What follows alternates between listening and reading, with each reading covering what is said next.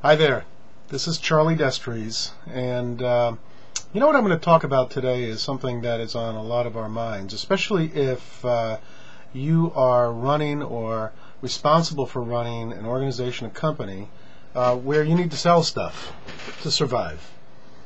Let's look at this assumption for a second. You are a technology-based company, let's say it's in the life sciences area, which is a big part of my background, and you're selling tools, reagents, software, services, platforms of some sort. But you're relatively new. You're only, 2, 3, 4, 5 years old. Don't have a lot of track record yet. Your product is only just really getting out there. There may be some technical issues with it. Or maybe you're a company that has a number of products that are going out to the marketplace. But, it's taken time to put together a distribution system. And, now that all this has happened, you're at that point where you have some customers and you're creating some momentum. All the world starts to hit with this economic crap. And the customers are fewer, and they may be fewer even at the end of this year and next year, because so many companies will be closing their doors, biotech companies in particular. Look at the publicly funded biotech companies. You've seen the report. If there are 300 plus, something like a third of them are in trouble because they be running out of cash by the end of 2009, and will have a difficult time going to the markets to raise funds. So the option is either they sell off their assets, they may do that anywhere if they close their doors, or they become acquired way before that. But anyway, going back to the point where you're running this company and you have products, and you have some good products. There's, as I mentioned, a momentum that was created. What do you do to survive? Well, there's an old notion that people can try to sell their way out of something. I mean, I've done that in my own consulting career, where you may be in some trouble and you need to figure out a way to get more revenue to cover the bills. And what do? You up the activity level. You sell your way out of it. So let's talk about that for a second. Selling your way out of it means you're going to get real good at it.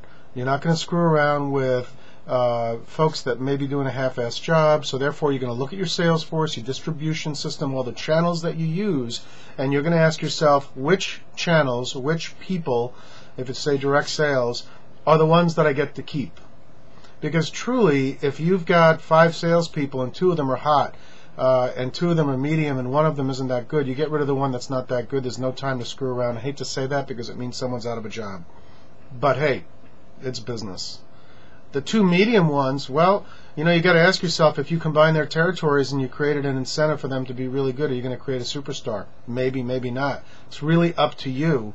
Or if you're looking at a $5 million nut, or let's say $7 million nut, and you've got 5 salespeople, can you take 3 salespeople and go out there and do a great job and have them make a lot of money?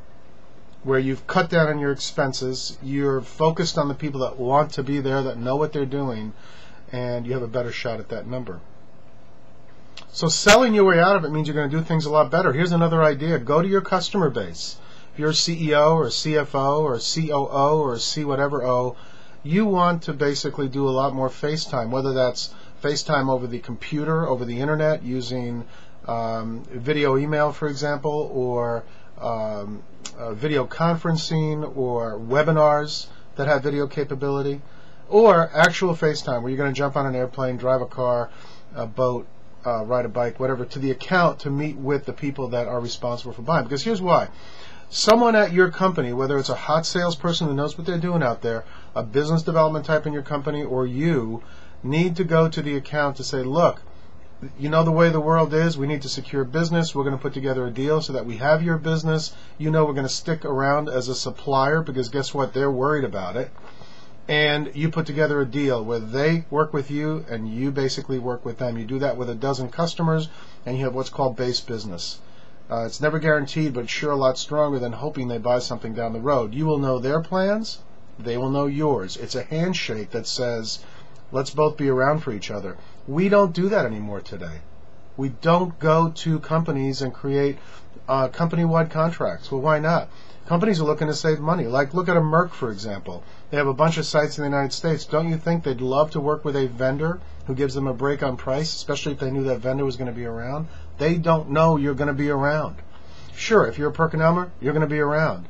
But You know, if you're some small genomics company someplace and you're doing okay business, they don't know if you're going to be around. So put together a deal with them, create some FaceTime, give them some comforting information that you will be around, and put some sort of a deal together.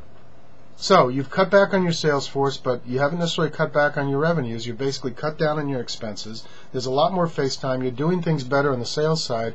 And plus, now that you have all this wonderful thing going, it's okay, let's close some business. Well, this is where the rubber meets the road for sales. You've got to make sure that when people say there's someone interested, that they are in fact well qualified before you apply any resources. Resources cost money. Demos, webinars, phone calls, whatever. They have to be qualified. So agree as a SWAT team, the salespeople in the field, maybe it's a couple of manufacturers reps, maybe you have a few distributors if you've kept them, and put your arms together like a huddle before a play and agree on everyone's role. Great, so you sell your way out of it. What's next? Cut back on expenses. What are you doing that's not really necessary? Well, do you have salespeople with large territories? Are they flying all over the place, knocking on doors, making cold calls, all that jazz? Could have been good at another time, but right now, you have to be real smart. Use technology. Use technology. For example, I happen to sell a product called Talk Fusion. It's a video email product that's fantastic. If you're interested in it, let me know. I'll send you some info. But it's something that allows you to send a video of your product. Maybe you have a liquid handling system you'd like to show. Sure, you've got the video on the website, but they're not visiting. You need to push it out to your customer. You show the video. You do a virtual demonstration, basically. They click open that video email. You get an email saying they've watched it. You're a salesperson. Immediately follows up with a phone call. Boom, boom, boom. You've got smart selling going on. Cut back on anything that has to do with demonstrations or evaluations if they don't bring in dollars. Do not do a demonstration unless there's an ironclad agreement that if it succeeds, there's a sale. Do not do any evaluations if it's for free. Charge up front for any evaluations, especially if the customer is not giving you any kind of an ironclad guarantee that there's business at the end. Companies will understand. This is not a time to be free. This is a time to be smart. So, you're selling your way out of this thing. You've cut back on expenses. And what's the third piece of this thing? Check your attitude. Are you negative? Are you sending out negative vibes to the people in the field? Are you threatening them? Are you threatening the people in the folks that are in the development department, for example? Are people afraid of losing their jobs? If they are, quench it. If you're going to get rid of people, do it fast, and then explain to the people that are left, this is the team and we're going to keep it. Get that worry off their minds, because I guarantee you half of their energy is spent worrying about whether or not the pink slip is coming, and that sucks. You have an inefficient organization if that happens. It's up to you, if you're an executive in this company, to make sure that the morale is high with the people that are there. If there's stuff that has to happen yet, where layoffs and things like that are in the works, do it. Don't drag it. Don't phase it. Just get rid of it. Do it. Get that part passed. Okay, you've sold your way out of it. You've cut back on expenses, and the attitude is good. The morale is high. Guess what? You're in a much better position than you used to be. So that's what I would tell you if you said, gee, Charlie, what should I do? I run a company. I'm an executive at a company, and I have this great product area, but you know what? We really don't have a lot of cash at the end of the year, and we need to figure out a way to survive, to be there for our customers, to stay as a supplier in the marketplace. That's what I'd tell you. And then we'd have a beer together. So listen, this is Charlie Destries. Be smart. Put your attitude right. And be good to folks out there. But make decisions and make them fast. Don't make it that painful. Have a good biotech day. See you later. Bye.